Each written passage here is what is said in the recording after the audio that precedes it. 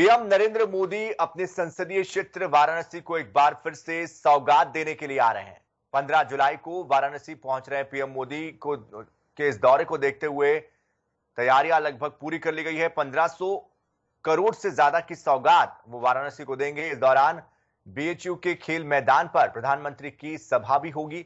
Japan के सहयोग से बने रुद्राक्ष का लोकार्पण करने के दौरान वहां के प्रधानमंत्री भी वर्चुअल इस कार्यक्रम में वहां से जुड़ेंगे और करीब सवा घंटे के कार्यक्रम में पीएम मोदी रुद्राक्ष की खूबियों से भी परिचित होंगे। सामने पार्क में रुद्राक्ष का पौधा भी पीएम लगाएंगे। साथ ही साथ आपको बता दें कि प्रधानमंत्री के दौरे के दौरान मुख्यमंत्री योगी आदित्यनाथ, राज्यपाल आनंदीबेन पटेल और अन्य गणमान्य नागरिक यहां मौजूद रहेंगे। लगभग 8 महीने बाद वाराणसी के सांसद और देश के प्रधानमंत्री नरेंद्र मोदी का वाराणसी आना 15 जुलाई को लगभग तय हो गया है। इसी क्रम में मैं दिखाना चाहूंगा ये रुद्राक्ष कन्वेंशन सेंटर बना हुआ है, जहां प्रधानमंत्री आएंगे और प्रबुद्ध जनों के साथ बैठक करेंगे और काफी योजनाओं की काशी वासियों को पुनः सौगात देंगे। लगभग 1500 करोड़ की योजना है, जिसमें लगभग 700 करोड़ का लोकार्पण होगा और 800 करोड़ का शिलान्यास। तो कहीं न कहीं ये प्रधानमंत्री का जो दौरा है ये काफी महत्व रखेगा काशी के लिए। और इस बार प्रधानमंत्री फिर अपने संसदीय क्षेत्र और अपने जनता को एक बड़ी सौगात देने जा रहे हैं। जैसे कि ये रुद्राक्ष कन्वेंशन सेंटर बना हुआ है, जापान और भारत के मैत्री संबंधों की मिसाल पेश करता है, क्योंकि 15 जो जुलाई होगा प्रधानमंत्री के साथ साथ जापान की भी डेलीगेट्स होगी। ये डेलीगेट रुद्राक्ष में आएंगे और प्रधानमंत्री के साथ समन्वय स्थापित करेंगे। तो कहीं न कहीं ये काफी महत्व रखेगा। और प्रधानमंत्री के 15 जुलाई के जो दौरे हैं, इस दौरे में काफी चीजों की काशी वासियों को सौगात दी जाएगी। इस सौगात के तहत वाराणसी जो कार्य प्रधानमंत्री के प्रोजेक्ट चल रहे हैं, काशी विश्वनाथ कॉरिडोर, काशी विश्वनाथ कॉरिडोर धाम का जो निर्माण चल रहा है उसको परखेंगे प्रधानमंत्री। बीएचयू एमपी थिएटर ग्राउंड में लगभग 5000 लोगों को संबोधित करेंगे। उसके तदुपरांत इस रुद्राक्ष सेंटर पे पहुंचेंगे, जहां पे 500 प्रबुद्ध जनों से वार्ता करेंगे और 1 घंटे यहाँ रहेंगे। यह जो प्रधानमंत्री का दौरा है काफी खास होगा, काफी अलग होगा, क्योंकि इस बार प्रधानमंत्री का दौरा खुशियों का दौरा माना जाएगा, काशी के जनता के लिए सौगात माना जाएगा। रवि सिंह के साथ धर्मेंद्र चौबे, जनता टीवी, वाराणसी। मुख्यमंत्री योगी आदित्यनाथ 2 दिवसीय दौरे पर आज शाम गोरखपुर पहुंचे। इस दौरान उन्होंने शहर को 93.89 करोड़ रुपए की परियोजनाओं की सौगात दी। गोरखपुर क्लब में आयोजित कार्यक्रम में मुख्यमंत्री ने 370 परियोजनाओं का शिलान्यास और लोकार्पण किया। जनता के द्वारा ऐसे लोगों को पूरी तरह बाइकआउट करना चाहिए, क्योंकि वह केवल एक व्यवस्था का नहीं बल्कि समाज की सुरक्षा में सेंध लगा है। न जाने कौन व्यक्ति वो किसी की जाति, किसी का मत, किसी का मजहब नहीं देखता, और जो लोग इस प्रकार की सुरक्षा में सेंध लगाने का कुत्सित प्रयास कर रहे हैं, उन लोगों के मंसूबों को पूरी तरह ध्वस्त करने की आवश्यकता है। राष्ट्रीय स्वयंसेवक संघ के सर संघचालक मोहन भागवत चित्रकूट से सतना पहुंचे। इस दौरान कड़ी सुरक्षा के इंतजाम किए गए थे। यहां से मोहन भागवत नासिक जाएंगे। भागवत चित्रकूट में अखिल भारतीय प्रांत प्रचारक बैठक में शामिल हुए थे।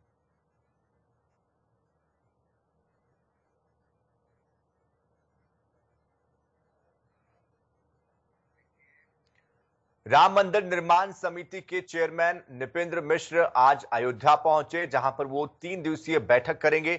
बता दें कि ट्रस्ट पर भ्रष्टाचार का आरोप लगने के बाद पहली बार निपेंद्र मिश्र अयोध्या आए हैं। धर्मनगरी में आते ही रामलला के दर्शन उन्होंने किए और सर्किट हाउस में commissioner MP Agarwal, DM Anuj Jha सहित एसएसपी शैलेश पांडे से मुलाकात की।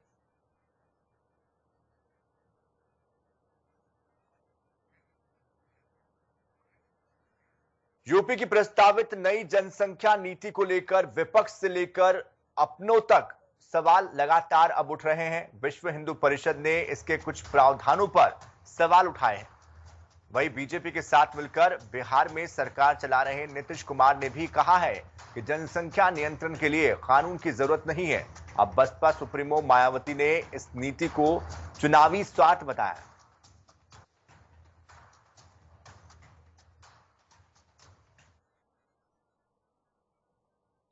तो उन्होंने ट्वीट किए हैं और इसको चुनावी तौर पर एक चुनावी स्टंट के तौर पर बताया है, क्योंकि चुनाव है इसलिए इसकी टाइमिंग को लेकर मायावती ने सवाल खड़े किए।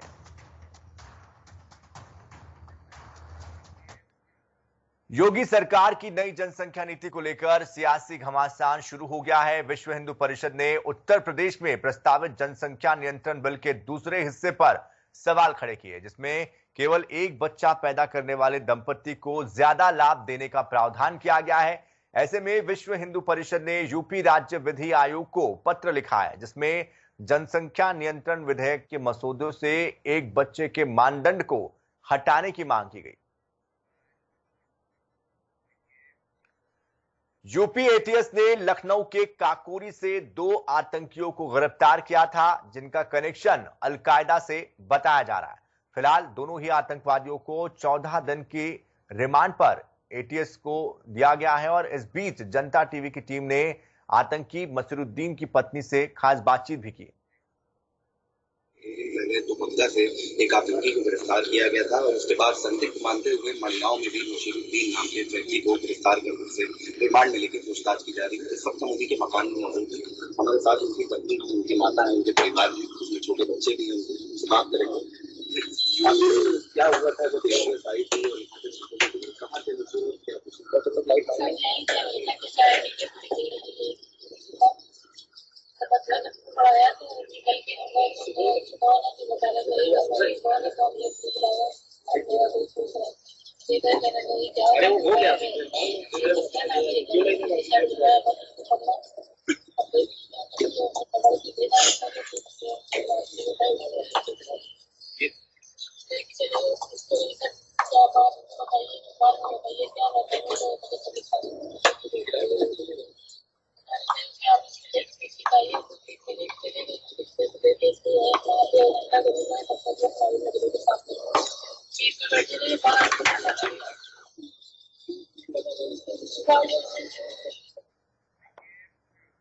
बढ़ते आगे, लखनऊ में गिरफ्तार 2 आतंकियों के हैंडलर उमर हलमंडी का असली नाम सैयद अख्तर है। संभल निवासी सैयद अख्तर उर्फ उमर हलमंडी 23 साल पहले आसिम उमर और 2 अन्य युवकों के साथ मिलकर आतंक के रास्ते पर चला गया था। और वही जनता टीवी ने उमर हलमंडी उर्फ सईद अख्तर के भाई से खास बातचीत भी की। एटीएस ने लखनऊ में छापामारी के दौरान 2 आतंकवादियों को गिरफ्तार किया। जब उन 2 आतंकवादियों से सघन पूछताछ की गई तो उन्होंने एक ऐसा नाम उजागर किया जो पाकिस्तान में बैठ करके पूरे नेटवर्क को चला रहा है। इसका नाम उमर हलमंडी है, जो इस समय चर्चा का विषय बना हुआ है। और कहीं ना कहीं उस उमर हलमंडी का जो कनेक्शन है संभल से जुड़ता है। जब संभल से जुड़ता है तो हमारे साथ एक व्यक्ति बात करने के लिए मौजूद है। हम आपसे बात करेंगे कि उमर हलमंडी जो है, जिस तरीके से नाम सामने आया है, ये इनका संभल से कनेक्शन क्या है? उमर अलमंडी का मुझे नहीं मालूम ये कौन नाम है। ये तो मैंने टीवी से सुना है कल पहली बार। तो क्या नाम था, मतलब जो बताया जा रहा है कि संभल का कनेक्शन है, तो कुछ और कोई नाम था यहाँ पर संभल में? हमारे भाई का नाम तो सईद अख्तर था और वो जो है उमर अलमंडी तो एजेंसियों ने या पुलिस टीवी के माध्यम से सुना है हमने। अच्छा, जो जिस तरीके से नाम चल रहा है उमर हलमंडी का, तो ये उमर हलमंडी का कनेक्शन है क्या संभल से? मतलब ये आपके भाई थे, आप बता रहे हो कि सईद आपके भाई का नाम था, तो ये कब यहाँ से चले गए, मतलब संभल से? भाई सईद हमारे जो है ये सन 1999 में यहाँ से चले गए हैं और सन 99 के बाद से कोई उन्होंने संपर्क न हमसे साधा न हमने उनसे संपर्क साधा। अभी जिस तरीके से गतिविधियों में नाम सामने आया, आपने कहा कि एजेंसियों के द्वारा आपने टीवी स्क्रीन पर पहली बार नाम सुना है उमर हलमंडी और आपके भाई का नाम जो सईद है, तो अब जो नाम चल रहा है उमर हलमंडी चल रहा है, तो अब आप क्या मतलब किस तरीके से देख रहे हैं, किस तरीके से समाज आपको देख रहा है, क्या दिक्कतें आ रही हैं?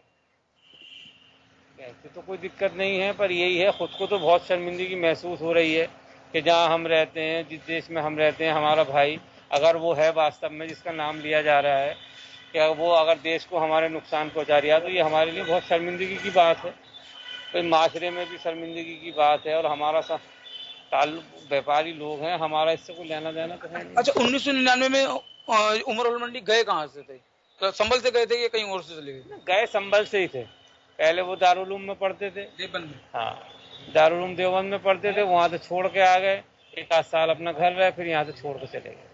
तो अभी जब ये चीज सब सामने आ रही है, आतंकवादी भी 2 पकड़े गए हैं और भी कई जिलों में जो है छापेमारी चल रही है एटीएस की, अब जो नाम सामने निकल कर आया है उमर मंडी का, और वहाँ का आपका भाई निकलता है, सही जो आप बता रहे हैं, तो क्या मैसेज देंगे? मतलब अगर वो मैसेज आपका देखता है इसी माध्यम से, तो क्या मैसेज देना चाहेंगे? मैं तो यही दूंगा, हाथ जोड़ के मेरी उससे अपील है कि भाई जहाँ भी हो ये गलत काम छोड़ दो, इन बातों से कोई फायदा नहीं है। तुम भी 25 साल से भटक रहे हो, अपना यहाँ आ जाओ, जो गलती करी है उसकी सजा भुगतो और अपने अमान से जिंदगी जीना। या नहीं भी आना है, जहाँ रह रहे हो अगर तुम वहाँ हो भाई, तो ये काम छोड़कर अपना सुकून की जिंदगी रहो। अच्छा, जैसे आपके वो भाई हैं, आपके वालिद भी होंगे, आपकी माताजी भी होंगी, तो उन्होंने जब उन्हें पता चला होगा, उन्होंने ढूंढने का प्रयास भी किया होगा जब घर से गए थे, वो जब पता चला कि ऐसे एजेंसियां आई हैं और उन्होंने कहा कि आपका भाई जो है पाकिस्तान चला गया है, आपका बेटा पाकिस्तान चला गया, तो उन्हें कैसा महसूस? दोनों को इसी गम में शुगर हो गई, हार्ट पेशेंट हो गए, वालदा बहुत बीमार होकर खत्म हुई उसकी गम में। चाहती थी एक बार देखने मिल जाए भाई, अब कभी बात हो जाए, नहीं हो पाई। और दोनों ही माँ बाप हमारे इसी गम में बहुत ज्यादा बेचारे दुनिया से चले गए। तो उन्होंने प्रयास किया कि मतलब मेरी बार मुलाकात हो जाए, देखने को मिल जाए, लेकिन उन्होंने कभी प्रयास नहीं किया? उसने प्रयास नहीं किया? ना, उसने कोई प्रयास नहीं करा, उसने पलट के ही नहीं देखा। जब से गया उसने पलट के नहीं देखा, तो मुंह मोड़ पूरी तरीके से परिवार से, अपने शहर से, अपने देश से मुंह मोड़ लिया, बिल्कुल छोड़ के गया। और वो गलत सलत गतिविधियों में लगा हुआ था बिल्कुल। जो एजेंसी कह रही मैं तो बिल्कुल ठीक है, मैं इससे इनकार ही नहीं कर रहा कि साहब मेरा भाई बेकसूर है। अगर बेकसूर होता तो जाता ही क्यों।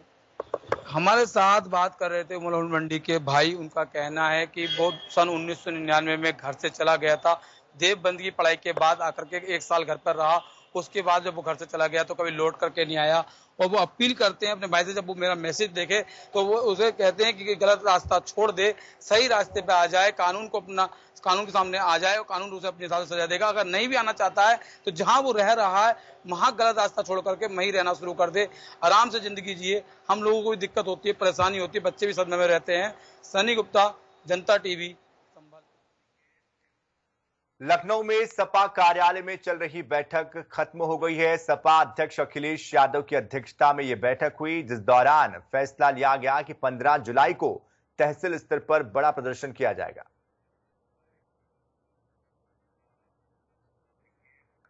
उत्तर प्रदेश विधानसभा चुनाव के सिलसिले में पार्टी की तैयारियों का जायजा लेने के लिए कांग्रेस महासचिव प्रियंका गांधी वाड्रा 14 जुलाई को लखनऊ के दौरे पर थी, लेकिन अब उनके लखनऊ दौरे में बदलाव किया गया है। प्रियंका गांधी अब 14 को ना कर 16 जुलाई को आने का कार्यक्रम उनका तय किया गया है।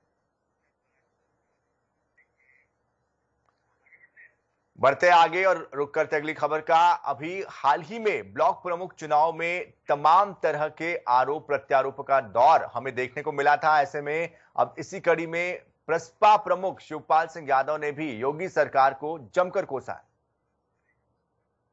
यादव है शिवपाल सिंह यादव, जो कि उत्तर प्रदेश की राजनीति बहुत लंबे समय से धुरी रहे हैं और किस तरीके से उन्होंने उत्तर प्रदेश की राजनीति को अपने आगे बढ़ते देखा है और खुद भी लगातार उसके पीछे भी चल रहे हैं। तो आज हमारे साथ मौजूद है। मैं उनसे पूछूंगा ब्लॉक प्रमुख के चुनाव में आपका क्या कहना है? देखिए, मैंने जो देखा है ब्लॉक प्रमुख के चुनाव में सीधा सीधा लोकतंत्र का गला घोटा गया है।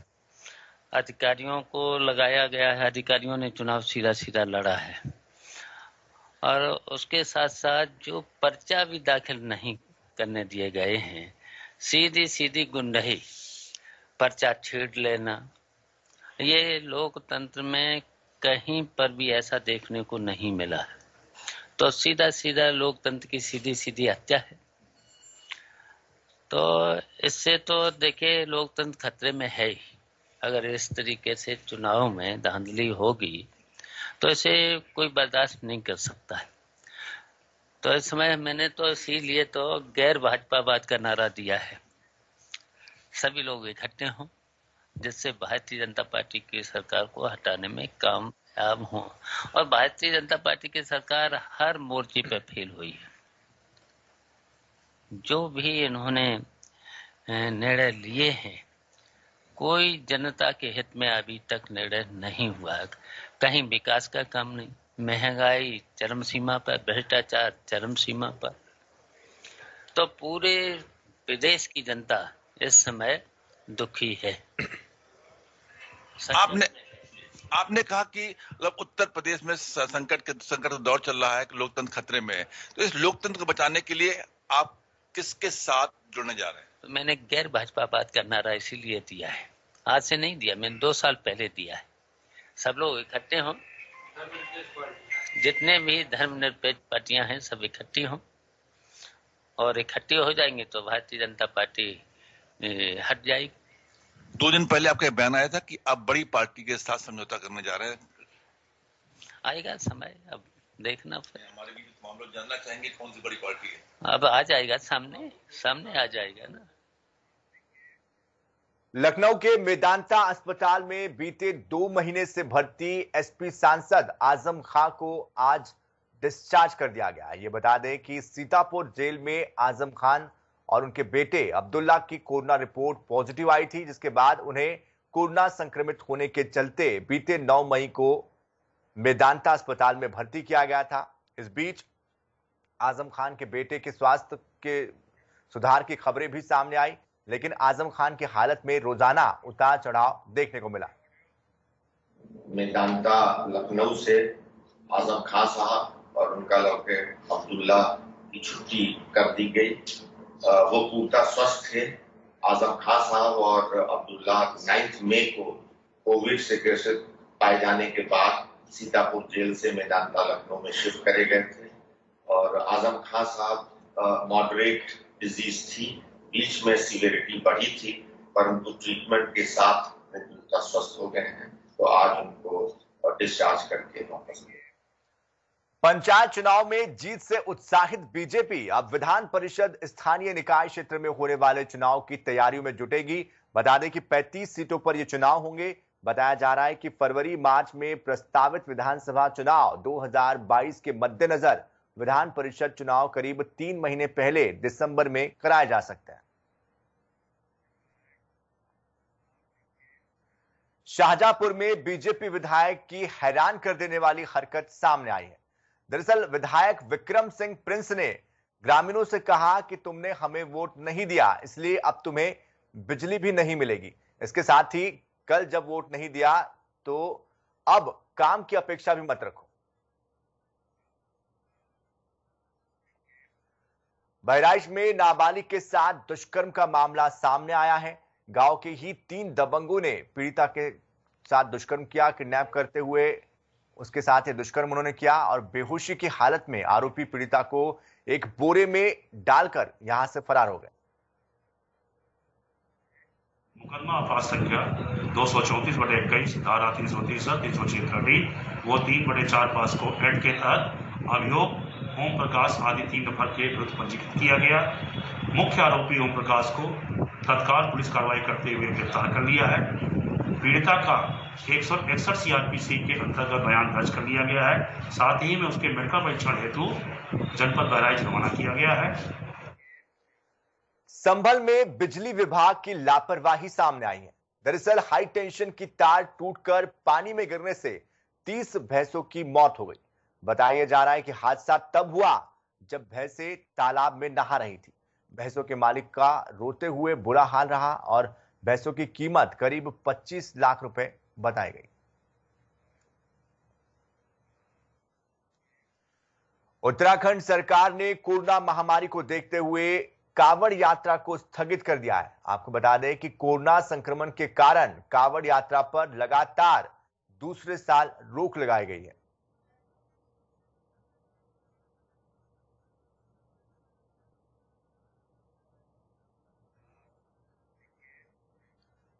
प्रदेश के आबकारी मंत्री यशपाल आर्य ने आबकारी विभाग से संबंधित विभागीय अधिकारियों के साथ विधानसभा कक्ष में समीक्षा बैठक की। बैठक में अवैध शराब की रोकथाम के लिए प्रवर्तन दल और छापेमारी में वृद्धि करने के लिए निर्देश दिए गए।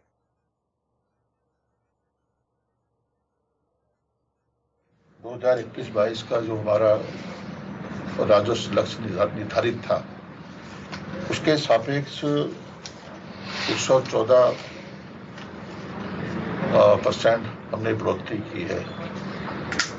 कोविड के बावजूद भी हमें लक्ष्य प्राप्ति का जो लक्ष्य था उससे हमें 114% हमने राजस्व प्राप्त किया है। अधिभार जो बकाया है 4 वर्षों का वो 93 करोड़ रुपया है। ये बहुत बड़ी गंभीर मामला है। विश्व प्रसिद्ध केदारनाथ धाम में बीते 3 दिनों से लगातार बारिश हो रही है और बारिश के चलते केदारनाथ धाम में इसका सीधा प्रभाव पड़ा है और इसके अलावा धाम में चल रहे पुनर्निर्माण कार्यों की गति भी बारिश की वजह से धीमी कर दी गई। हालांकि धाम में यात्रियों की आवाजाही पर रोक है, लेकिन धाम में रह रहे जवानों, मजदूरों, पुजारियों के लिए काफी परेशानियां बढ़ गई हैं।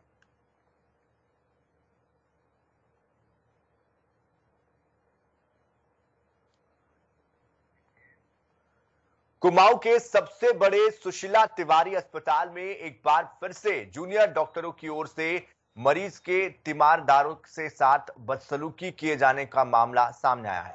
आपको बता दें कि अस्पताल में देर रात जमकर हंगामा हुआ, मारपीट हुई, जिसके बाद पुलिस ने घटना की जांच शुरू कर दी।